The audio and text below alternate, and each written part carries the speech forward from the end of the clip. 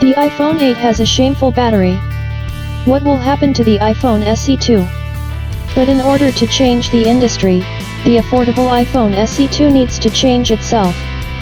In addition to the camera, an important change in the iPhone 11, 11 Pro and 11 Pro Max was increased batteries.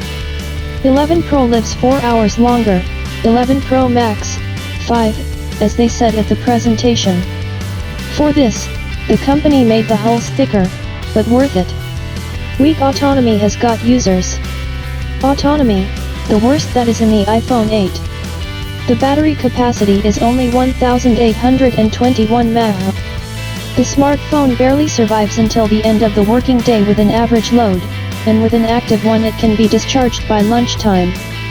The new iPhone SE2 with the same performance will be a failure. Question: is Apple going to eliminate the main disadvantage of the prototype in the new iPhone SE2?